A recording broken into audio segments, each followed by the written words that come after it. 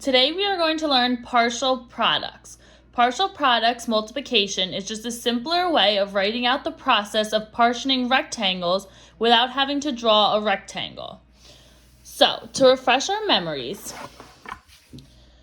for example, if we were given 54 times 7, to solve this with partitioning rectangles, I started by drawing my rectangle. And 7 was just one digit, so I put it on my side here. Then 54 is a 2-digit number. I have 5 in my tens place and 4 in my ones place.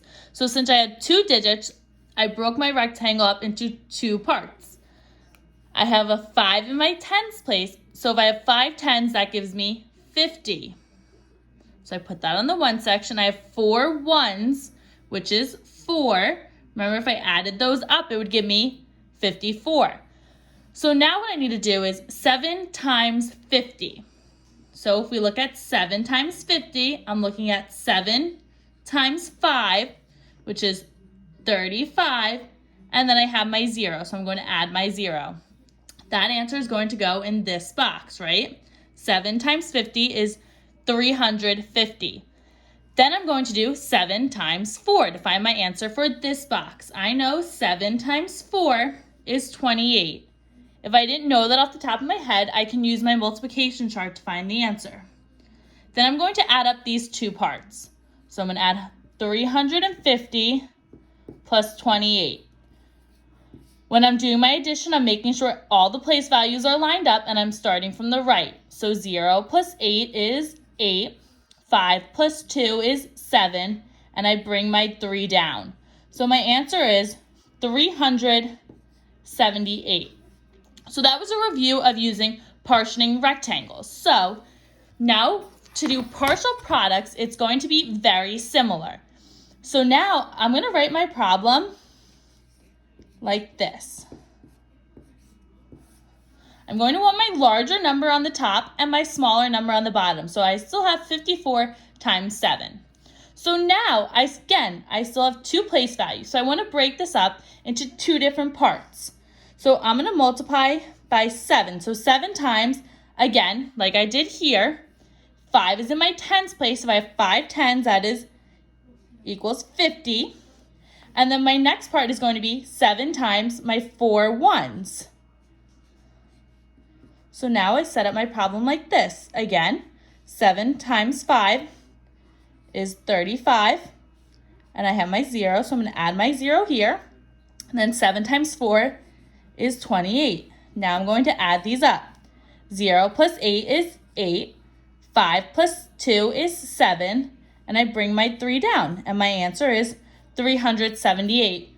Same answer, right? Here I used my rectangle method. Here I did it using partial products, which was very similar.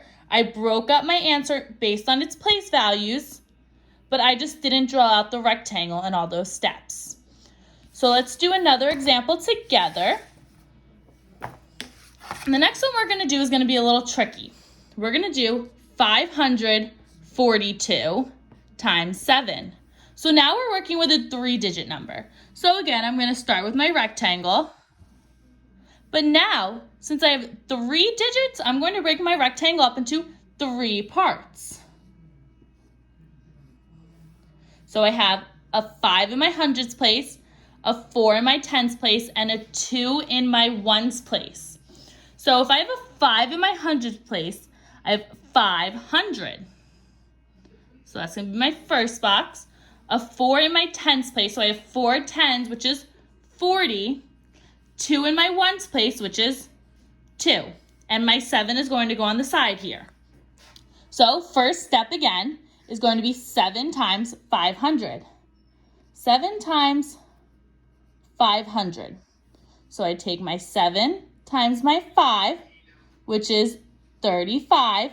Now I have 2 zeros in my problem, so I need 2 zeros in my answer. That's going to go in my first box, 3,500. Next box, to find that answer, I'm going to do 7 times 40. 7 times 40. 7 times 4 is 28, and I have 1 0, so I'm just going to add 1 0. Then I have 7 times 2.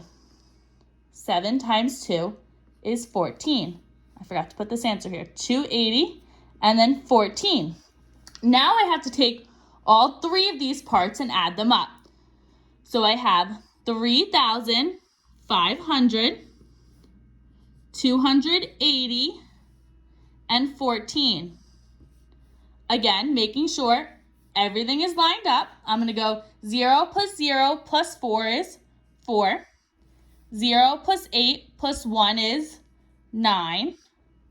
5 plus 2 is 7. And I bring my 3 down. My answer is going to be 3,794. Okay, so that was using partitioning rectangles. Now I'm going to use partial products, which again is very similar. So I'm going to start with 542 times 7. Okay, so the last problem, I just had to break it up into two different problems because I had 2 place values. Now I have 3 place values, so I'm going to break it up into 3 parts. So my 7, I'm always going to start with, and then I have the 5 in my hundreds place. So that is 500. Then I can do, next one is going to be 7 times, the 4 is in my tens place, so it's a 40. And then 7 times my ones place, which is a 2. And then I'm going to solve all of these. So 7 times 5 is 35. And my 2 zeros. Then I have 7 times 4, which is 28, and my 1 0. And then I have 7 times 2, which is 14. Now I'm going to add these all up. We can see my answers here and my problems here are the same as they are here. So it's the same steps I'm using for partitioning rectangles, just I'm not drawing out my rectangle anymore. So now I'm going to add them all up. 0 plus 0 plus 4 is 4. 0 plus 8 plus 1 is 9. 5 plus 2 is 7. And I bring my 3 down. My answer is going to be 3,794, just as it was here. All right, now I'm going to erase my board, and we're going to do some problems without starting with the rectangle, partitioning rectangles. We're going to go right into partial products now. So the problem we're going to start with is going to be 48 times 3. Okay, so 48 times 3. Remember, I'm not drawing my rectangle now. I'm just using partial products. So I'm going to break these up. I'm going to start with my 3 times. I have the 4 in my tens place, right? So if I have 4 tens, I have 40. I have an 8 in my ones place, so that's going to be 3 times 8. Now to solve these, I go 3 times 4 is 12, and I have the 1 0, so I add 1 0. Then I do 3 times 8 is 24, and I add these up. 0 plus 4 is 4, 2 plus 2 is 4, and I bring my 1 down. My answer is 144. Notice I did 2 different equations here, but I broke it up into 2 parts because I have 2 digits here.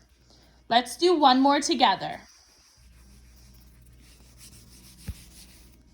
Okay, this one is going to be 653 times 5.